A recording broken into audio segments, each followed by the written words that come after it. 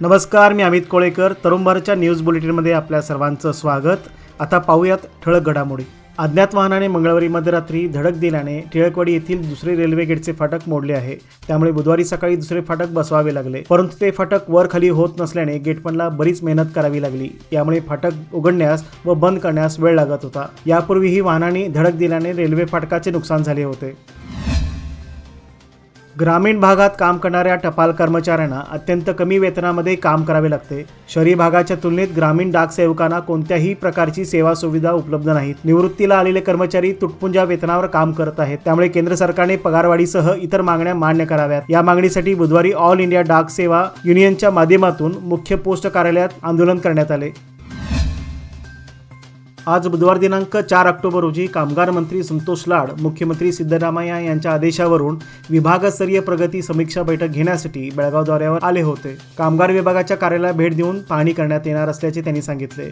येथील औद्योगिक वसाहतील कामगारांच्या समस्यांचे निवारण तसेच कामगारांचे थकीत बिल सुविधा आणि त्यांच्या अन्य प्रलंबित कामांचा आढावा घेण्यात येणार असल्याचे त्यांनी सांगितले.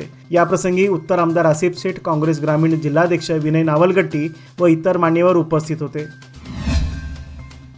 आज बेळगावात अचानक दुपारी 4 वाजण्याच्या सुमारास पावसाच्या जोरदार सरी कोसळल्या. अचानक आलेल्या पावसाने साऱ्यांची धावपळ उडाली. रस्त्यावर बसलेल्या किरकोळ विक्रेत्यांना तसेच भाजी विक्रेत्यांना त्याचा फटका बसला.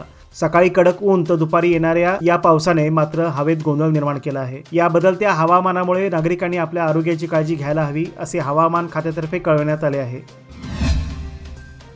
शेतकऱ्यांचा विरोध हुडकावून लावत कित्तूर मार्गे बेळगाव धारवाड या 73 किलोमीटर लांबीचा 927 रुपये खर्चून प्रकल्प राबविण्यात येणार आहे. या रेल्वे मार्गासाठी रेल्वे प्रशासनाने मार्च 2026 ही डेडलाईन निश्चित केली असून त्यासाठीची भूसंपादन प्रक्रिया सुरू करण्यात आली आहे. या रेल्वे मार्गासाठी मोफत जमिनीसह प्रकल्प खर्चातील 50% वाटा कर्नाटक सरकार उचलणार आहे. नियोजित बेळगाव धारवाड रेल्वे मार्ग हा बेळगावहून देसूर, नदीहळ्ळी, प्रभुनगर, गरलगुंजी, नागेनहट्टी, बागेवाडी, कित्तूर मार्गे धारवाड असा असणार आहे. मात्र यासाठी शेतकऱ्यांची सुपीक जमीन जाणार असल्याने शेतकऱ्यांचे मोठे नुकसान होणार आहे. सामरा विमानतळ विकासासाठी विमानतळ प्राधिकरणाने अतिरिक्त जमिनीसाठी केलेल्या विनंतीच्या पार्श्वभूमीवर आज जिल्हा प्रभारी मंत्री सतीश जारकिहोळी आणि महिला व बालकल्याण मंत्री लक्ष्मी हेंबाळकर यांनी जागेची पाहणी केली. विमानतळा शेजारील निवासी भागातील नागरिकांना कोणताही त्रास होणार नाही याची काळजी घेतली जाईल असे सांगून आम्ही कोणतीही अतिरिक्त जमीन संपादित करण्यापूर्वी शेतकऱ्यांची संमती घेण्यावर भर देऊ असे मंत्री लक्ष्मी हेंबाळकर म्हणाल्या. या पाहणी दरम्यान राज्यसभा सदस्य इराण्णा कडाडी, आमदार आसिफ शेठ, जिल्हाधिकारी नितेश पाटील, विमानतळ प्राधिकरणाचे संचालक त्यागराजन, पोलीस आयुक्त सिद्धरामप्पा, SP भीमाशंकर गुळेद, आयुक्त अशोक दुडगुंडी आणि DCP स्नेहा उपस्थित होते. अनगोळ येथील सरकारी प्राण्यांच्या दवाखान्याजवळील तलाव परिसरात हिंस्त्र प्राण्याच्या वावराची अफवा पसरली असून परिसरात गोंधळ उडाला आहे. वन खात्याने तातडीने घटनास्थळी दाखल होऊन शोध मोहीम हाती घेतली असता तेथे अद्याप कोणताही हिंस्त्र प्राणी त्या परिसरात आढळल्याचे स्पष्ट झाले नाही. परंतु घटनास्थळी अनोळखी प्राण्याचे पायाचे ठसे आढळून आल्याने परिसरात भीती व्यक्त होत आहे. तरुण भारतने वन खात्याशी संपर्क साधला असता हे पायाचे ठसे मात्र त्या हिंस्त्र प्राण्याचे नसून ही फक्त अफवा असल्याचे सांगितले. या परिसरात खबरदारी म्हणून वन कर्मचारी तैनात करण्यात आले आहेत अशी माहिती देण्यात आली आहे.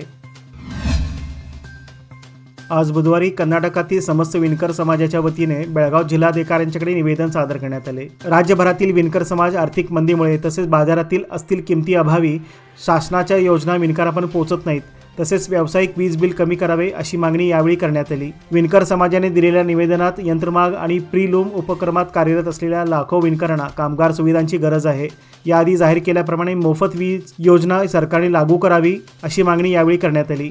यावेळी अर्जुन कुमार, शिवलिंग तिर्की, सोमनाथ तरकाळे व इतर विणकर समाज बांधव मोठ्या संख्येने उपस्थित होते.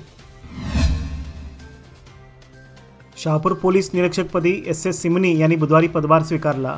मावळते पोलीस निरीक्षक सुनील कुमार यांची अन्यत्र बदली झाली आहे. सिमनी यांनी या अगोदर बेळगाव शहरात मार्केट पोलीस उपनिरीक्षक म्हणून कार्य केले होते. त्यावेळी त्या भागात शांतता प्रस्थापित करण्यात मोलाची भूमिका त्यांनी बजावली होती. नियमाप्रमाणे डिप्लोमा विद्यार्थ्यांसाठीही 3 टप्प्यातील CET परीक्षा घेण्याच्या मागणीसाठी अखिल भारतीय विद्यार्थी परिषदेतर्फे बेळगावात आज आंदोलन छेडण्यात आले होते. अभियांत्रिकी प्रवेशासाठी PUC सायन्स विद्यार्थ्यांची PG CET घेणाऱ्या कर्नाटक परीक्षा प्राधिकरणाने डिप्लोमा विद्यार्थ्यावर अन्याय चालवल्याचा आरोप करून अभिविपतर्फे टिळकवाडीतील RPD क्रॉस येथे आज निदर्शने करून आंदोलन करण्यात आले. प्रसंगी टिळकवाडीतील परिसरातील विविध महाविद्यालयांचे विद्यार्थी, अभाविपचे कार्यकर्ते उपस्थित होते.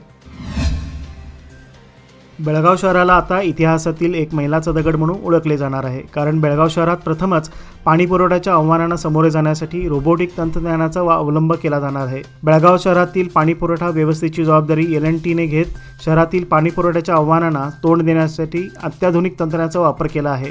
क्रांतिकारी स्मॉल पुश टिथर टेक्नॉलॉजी वापरून कंपनीने पाईपलाईन ब्लॉकेजेस, पाणी दूषित होण्यास कारणीभूत घटक आणि शहरातील पाण्याचा कमी दाब यांचा प्रभावीपणे मागोवा घेतला आहे. याचबरोबर आजचे बातमीपत्र येथे संपले. अधिक माहिती आणि ताज्या घडामोडीकरता पाहत रहा तरुण भारत न्यूज चॅनल. तसेच आमच्या न्यूज चॅनलला लाईक, शेअर आणि सबस्क्राईब करायला विसरू नका. आणि विश्वासार्ह बातम्यांसाठी दररोज वाचा दैनिक तरुण भारत. धन्यवाद.